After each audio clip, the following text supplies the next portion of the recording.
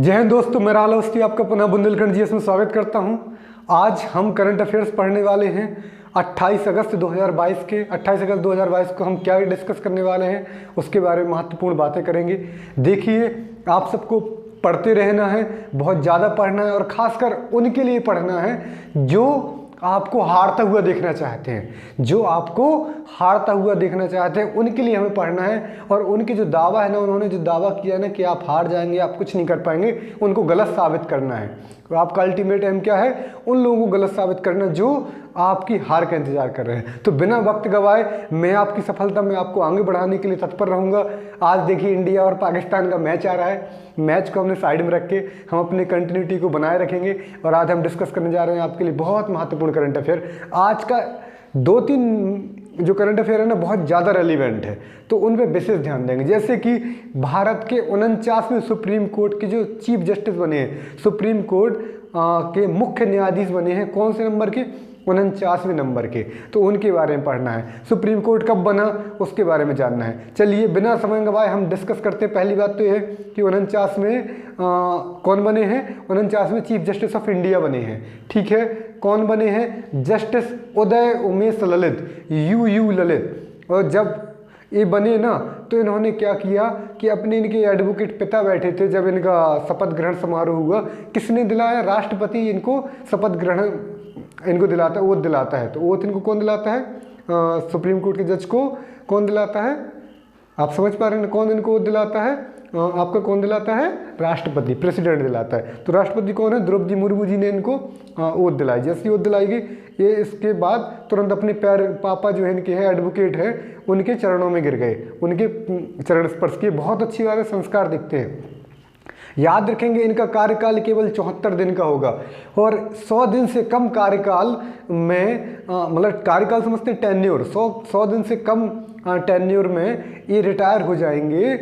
ऐसा करने वाले ये ना 6वें 6 नंबर के क्या बन गए हैं? चीफ जस्टिस ऑफ इंडिया बन गए हैं। अब ये बहुत महत्वपूर्ण क्वेश्चन, यहीं से क्वेश्चन बनने वाले हैं। चलिए, फेडरल कोड था ना, उसी को सुप्रीम कोर्ट बोला गया।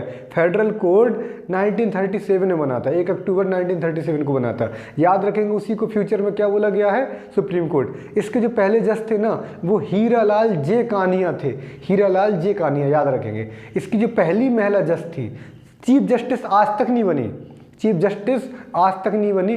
फ्यूचर में नागरत्ना है या जो भी है, उनका बनने के चांसेस हैं, अभी देखेंगे। तो केवल जज बनी है सुप्रीम कोर्ट की। कि कौन है?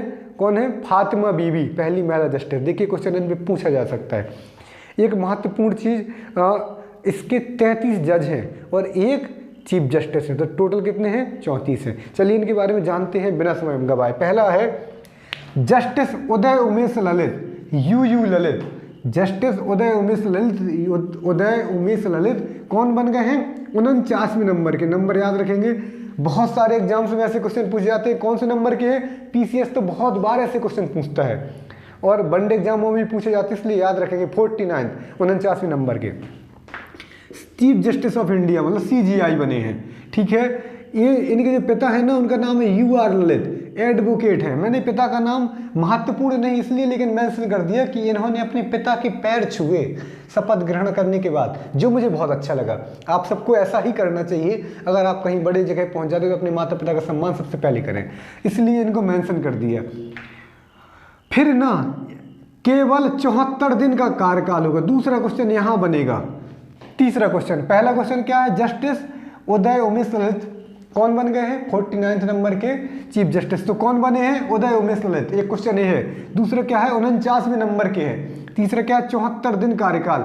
और चौथा महत्वपूर्ण, 6वें ऐसे जज बने हैं सुप्रीम कोर्ट के जिनका टेन्योर 100 दिन से कम होगा। याद रखेंगे, 6वें ऐसे जज बने हैं जिनका 100 दिन से कम होगा।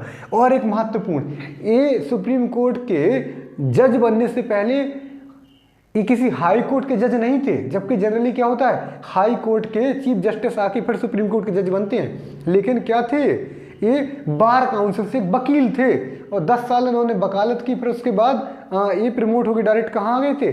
सुप्रीम कोर्ट के जज बन गए थे 2004 में। ऐसा करने वाले इकलौते नहीं है, इसके पहले एक और जज थे जिनका नाम क्या था? जस्टिस SM सीकरी, जो 1971 में सीधे बार काउंसिल से कहाँ आ गए थे? जज बन गए थे। काहे के? सुप्रीम कोर्ट के। चीफ जस्टिस नहीं, जज। और 2014 में कौन बन गए? ये जस्टिस यू ललित भी बने थे। 2004 नहीं, 2014 सॉरी। उसी प्रकार 1971 में, ये तो याद रखेंगे, ये सीधे बार से आए थे, याद रखेंगे, बार काउंसिल से आए थे। अगला महत्वपूर्ण है ना, जो जस्टिस यू ललित है ना, इसके पहले जज थे। तो इन्होंने जो ट्रिपल तलाक वाला मुद्दा था ना, उसमें इन्होंने उस बेंच जो थी ना 5 जजों की, उस 5 लोगों की जजों में की जो बेंच थी ना, जिन्होंने डिसीजन दिया ट्रिपल तलाक वाला, 3 तलाक वाला मुद्दा, उसमें ये भी एक मैन थे। कौन थे उस डिसीजन में? ना मैन रोल किसका था? यू ललित भी थे उसमें। कौन थे? यू ललित थे। ठीक है, जस्टिस उदय उमेश ललित भी उसमें थे। ठीक है, और एक खास बात, बाबरी मस्जिद वाला मुद्दा आया था ना, उसमें इनको बनाया गया था, लेकिन उन्होंने मना कर दिया था। क्योंकि जब कल्याण सिंह के समय में बाबरी मस्जिद के ऊपर, मतलब मस्जिद वाला जो केस था ना, उस पर याचिका दायर की गई, तो या जो आपका पिटीशन दायर की गई, तो उसमें कौन थे? वकील कौन थे कल्याण सिंह की तरफ से? कौन थे? जस्टिस, जो अभी जस्टिस बने हैं ना, वो वकील थे पहले। क्या नाम था इनका? उदय उमेश ललित। तो आपने इतना जाना। अब मैं एक बार आपको रिवाइज कर दे रहा हूँ, क्योंकि बहुत महत्वपूर्ण है। 49वें नंबर के सुप्रीम कोर्ट के जज बने हैं कौन? जस्टिस उदय उमेश ललित। याद रखेंगे। इनको जो शपथ दिलाई गई वो द्रौपदी मुर्मू ने दिलाई है। दूसरा महत्वपूर्ण, ये 74 दिन इनका कार्यकाल होगा। ठीक है। तीसरी महत्वपूर्ण बात क्या है कि ये 100 दिन से कम अपने कार्यकाल या टेन्योर कंप्लीट करने वाले 6वें मतलब कौन होंगे? सुप्रीम कोर्ट के जज होंगे।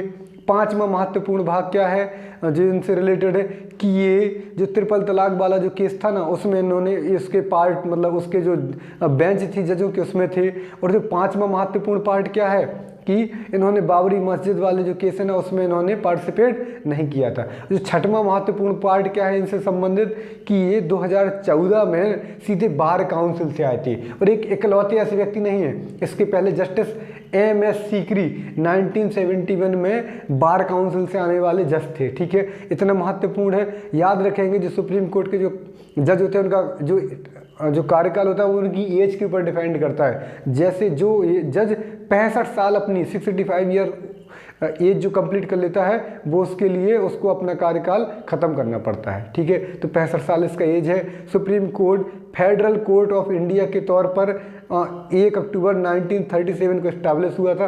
बस इतना महत्वपूर्ण है, याद रखेंगे। और इसके 33 जज हैं जो मैन हैं, और एक चीफ जस्टिस। उसमें 33 जजों को लीड करने वाला कौन है? एक 34वां। तो इनकी ओथ द्रौपदी मुर्मू ने की, जो कि प्रेसिडेंट है, PRZ है। 34 इसके टोटल जज हैं अभी, 33 प्लस 1, 65 साल इसका टेन्योर होता है जज का। जस्टिस NV रमन्ना इनके पहले थे, 48वें नंबर के थे। 1937 में फेडरल कोर्ट था, फेडरल कोर्ट ही सुप्रीम कोर्ट बना जाके।